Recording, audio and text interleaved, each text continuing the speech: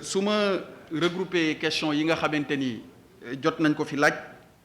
li ci gën a soxal ñi nga xamante ni ñoom ñoo doon laaj dafa jëm ci wàllu couvre-feu bi waaye jëm ci wàllu rassemblement ak réunion yi ñetteelu ponk bi mooy jëm ci naka la yenn nit yi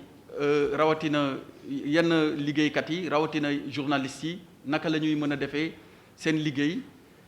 ci période bi su dee dañuy tontu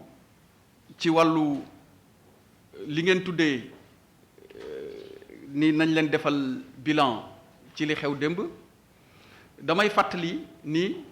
mesure bi nga xamante ni moom mooy état d'urgence ànd ak couvre-feu mesure la boo xamante ni bi ko président de la république di jël dafa woote ndaje boo xamante ni waxtaan moo ko laloon jëmale ci ñu jox ko xalaat ci lan moo gën ci taxawaay fii nga xamante ni feebar bi toll na fi bi mu dégloo ñi nga xamante ni ay waa kër docteur lañ seen xel màcc jëm ci wàllu woowu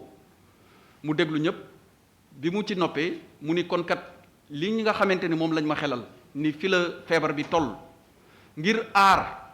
population yi nga xamante ni ñoo nekk suñu réew jot na nag ñu jël beneen décision boobu moo indi état d'urgence bi ak couvre-feu mais bi ñu jëlee décision bi ba noppi waxoon na te léegi ministre bi Omar Gueye fàttali na ko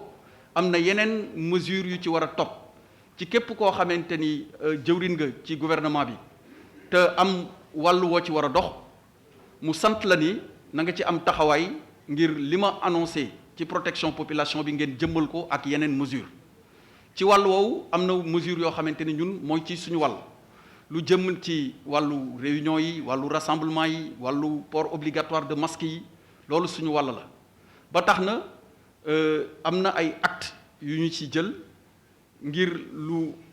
mën a fexe ba feebar bi lépp lu koy arrêté ak lépp loo xamante ni day tax du law ñu jël actes yooyu ngir mu servir mu atteindre objectif boobu donc loolu laa bëgg a tontu ci wàllu rassemblement yi ak réunion yi leneen li jëm ci pour ñëwaat ci wàllu bilan bi mu doon première question bi démb dem nañ ci terrain bi am na yenn ci seen nattango yoo xamante ni sax daje nañ ak ñoom ci terrain bi ñuy def seen liggéey ci guddi gi waaye li ñu seetlu te di ko rafetlu mooy bi ñu génnee jaar nañ ci ay koñ ak mbedd yu bari yoo xamante ni amul kenn ku nekk ci biti ñu nekk seen ay biir kër am na nag ay quelques koñ yoo xam ni bi ñu fa demee gisoon nañ ñu génn foofu waaye liggéey bi nga xamante ni force de défense yi ak sécurité waroon nañ ko def nañ ko pour rétablir ordre mais loo xamante ni la du lu ñu gis lu jéggi dayoo wala loo xamante ni am na benn kii bi ñuy wax mais ci li ñu gën a seetlu gën ko gis te loolu yaakaar naa seen meilleur seede yi nga xamante ni moom lañ ci am mooy seen nattango yi nga xamante ni ñu ngi woon ci terrain bi pour l'essentiel fi ñu jaar yépp daje fa ak seen nattango yi population yi te ñuy rafetlu loolu comprendre nañ ni mesure bi c'est avant tout une mesure qui vise à protéger les populations li ci topp nag liggéey la boo xamante ni tamit liggéeyu état la mais souhait bi mooy toujours que nit yëpp respecter li nga xamante ni njariñu ñëpp la di njariñu askan bi alors ñetteel bi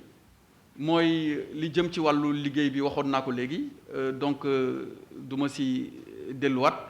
nañ ko daan defee noonu lañ koy defee waat du caagin dañuy wax ni mesures yi kenn du ko respecté mais lépp loo xamante ni yenn catégorie socio-professionnelles yi aju na ci quelques dérogations yu ñu si mën a joxe ci yenn façon bu ñuy liggéeyee amul benn problème d'ailleurs la preuve yenn seen nattango yi ak ñenn ñi nga xam ne ñoo leen représenté yéen man am na ak ñoom démb benn réunion bu yaatu boo xam ne waxtaan nañ ci te tey tamit war naa dajewaat ak ñoom ngir waxtaan donc c'est d'abord avant tout ubbeeku mais ubbeeku boo xamante ni déglu ñëpp xam li nga xamante ni mooy préoccupation yu nit yi waxtaan ak ñoom ci li nga xamante ni moom lañ mën a ànd def ko ngir njariñu askan bi mais am na foo xamante ni tamit état rôle am la dafa war a décider bu décider jotee aussi ñu décider loolu laa amoon si tontu maa ngi sant.